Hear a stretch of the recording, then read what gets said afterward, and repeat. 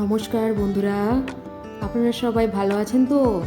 Nivedita dream কিচেনের নতুন একটি ব্লগে আপনাদের স্বাগত জানাই। আজ পৌষ সংক্রান্তি।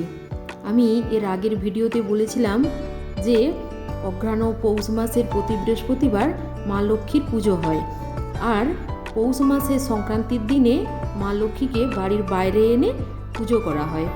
এই পুজোকে আমরা খামার পুজো বা বনি পুজো বলি। আর এই পুজো উপলক্ষে আমাদের গ্রামের মন্দিরে মকর দিতে যাব। মন্দিরে চলে এসেছি। আপনারা দেখতে পাচ্ছেন, এটা আমাদের গ্রামের মন্দির, কৃষ্ণ মন্দির। এই মন্দিরে আমি মকর দিতে এসেছি। এই মকর সংক্রান্তি উপলক্ষে বাড়িতে অনেক রকমের পিঠে হয়।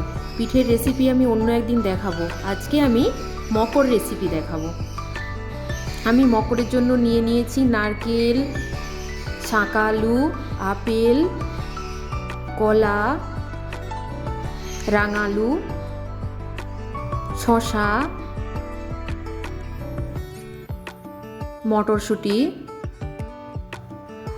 চেরি ফল। আপনারা চাইলে আরও অন্যান্য ফল নিতে পারেন। আমি ফলগুলো এবার কেটে নেব। সব ফল আমার কাটা হয়ে গেছে। নারকেলটাও কুড়ে নেব। এবার শিলপাটাতে আমি গরম মশলা বেটে নেব। গরম মশলার জন্য আমি নিয়েছি দারচিনি, লবঙ্গ, এলাচ। এগুলো আমি শিলপাটাইতে গুঁড়ো করে নেব। আর মকর তৈরির জন্য আমি এখানে আগে থেকেই 150 গ্রাম মতো আতপ চাল ভিজিয়ে রেখেছিলাম। সেটা আমি শিলপাটাইতে বেটে নেব। বাটা হয়ে গেছে। এবার এই বাটা আতপ চালের মধ্যে 1 বাটি দুধ দিয়ে দেব, 1 চামচ মধু দিয়ে দেব, 50 গ্রামের মতো চিনি দিয়ে দেবো। আপনারা চাইলে মিষ্টির পরিমাণটা বাড়িয়ে নিতে পারেন। এই মিশ্রণটা ভালো করে গুলিয়ে নেব।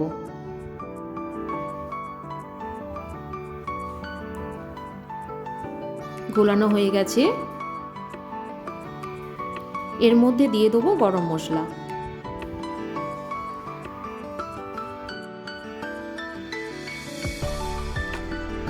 এবার এই কেটে রাখা ফলগুলো দিয়ে দেবো।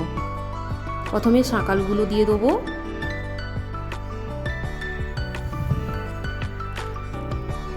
রাঙালুগুলো দিয়ে দেবো, নারকেল কুল দিয়ে দেবো,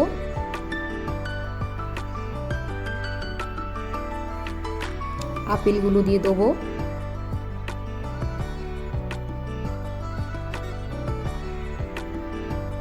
শসা দিয়ে দেবো,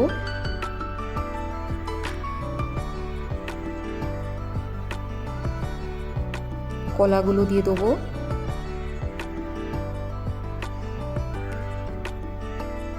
এবার দেব নারকেলের গুঁড়ো।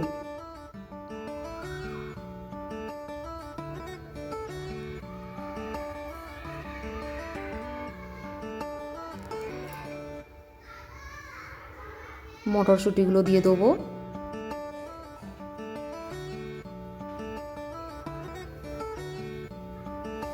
কেটে রাখা চেরি ফলগুলো ওর ওপরে সুন্দর করে সাজিয়ে দেবো। বন্ধুরা, এই পুজো রাত্রে হয় তো, তাই আপনাদেরকে আমি এই পুজোর ভিডিওটা দেখাতে পারছি না।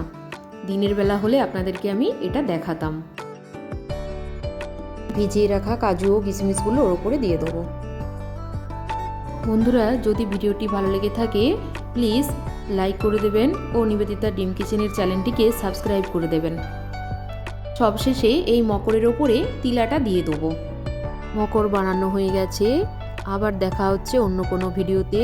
সুস্থ থাকুন, ভালো থাকুন, টাটা।